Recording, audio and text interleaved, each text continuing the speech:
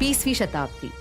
यही है वो समय जब गांधी, बोस, पटेल, अंबेडकर जैसी महान विचारधाराएं हमारे देश में प्रचलित हुई और कुछ इस तरह से कि आज हम एक प्रगतिशील और लोकतांत्रिक देश हैं। चलिए देखते हैं कि आजादी के इन वीरों को अब देश कैसे नमन कर रहा है।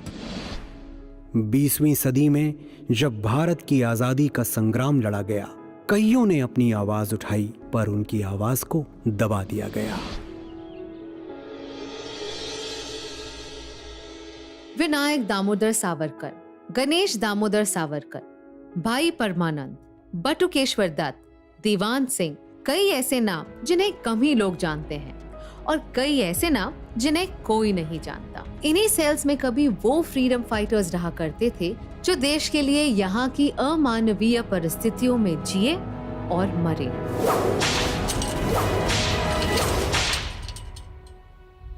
उस अपराध के लिए जिसे देश प्रेम कहते हैं। सेल्यूलर जेल भारत के इतिहास का वो काला पन्ना है जिसे पढ़ना जितना मुश्किल है उतना ही जरूरी भी। अंडमान निकोबार पर सेल्यूलर जेल ऐसे ही खंडहर पड़ा रहे तो देश की नई पीढ़ी को हमारे पूर्वजों ने क्या यातनाएं झेली थी कैसे पता चलेगा। इस जेल में 396 सॉलिटरी सेल्स हैं, 3 फ्लोर्स और 7 विंग्स। जो फ्रीडम फाइटर्स हंगर स्ट्राइक करते उन्हें फोर्स फीड किया जाता। इनफैक्ट कई क्रांतिकारियों की मौत की वजह थी ड्राउन्ड इन मिल। यहाँ के ऑयल मिल्स क्रांतिकारियों के शरीर को ही नहीं आत्मा को भी तोड़ते थे। कभी 87 वीरों को एक साथ फांसी दी गई तो कभी टॉर्चर करने के नए तरीके आजमाए गए। हमारे स्वतंत्रता संग्राम के इतिहास को जानना जितना जरूरी है उतना ही उसे संजोना भी जरूरी है, क्योंकि उन वीरों ने अपने सुख दुख की चिंता ना करते हुए यहाँ के गलियारों में इन ह्यूमन पनिशमेंट सही, लेकिन वो हारे नहीं, झुके नहीं। वे अंग्रेजों के जुल्म से लड़ते रहे। इन बलिदानियों में सबसे ऊपर नाम है विनायक दामोदर सावरकर का, जिनको प्राइम मिनिस्टर मोदी ने यहाँ आकर श्रद्धांजलि दी।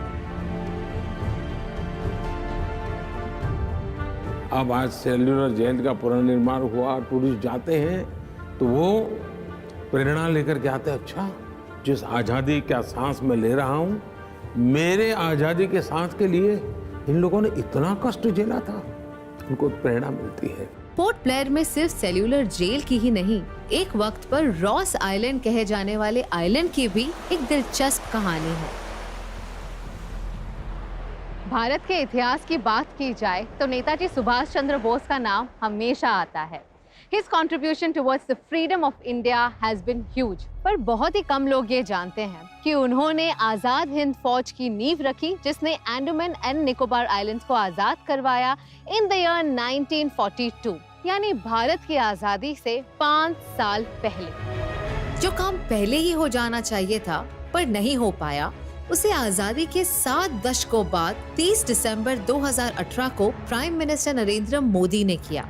नेताजी की इस विरासत को सम्मान देते हुए इस नील आइलैंड का नाम बदलकर शहीद द्वीप और हैवलॉक आइलैंड का नाम बदलकर स्वराज द्वीप कर दिया। सिर्फ इतना ही नहीं, नेताजी की 126वीं जयंती पर प्रधानमंत्री श्री नरेंद्र मोदी जी ने अंडमान और निकोबार द्वीप समूह के 21 द्वीपों के नाम बदलकर उन्हें परमवीर चक्र पुरस्कार विजेताओं के नाम पर रख दिया।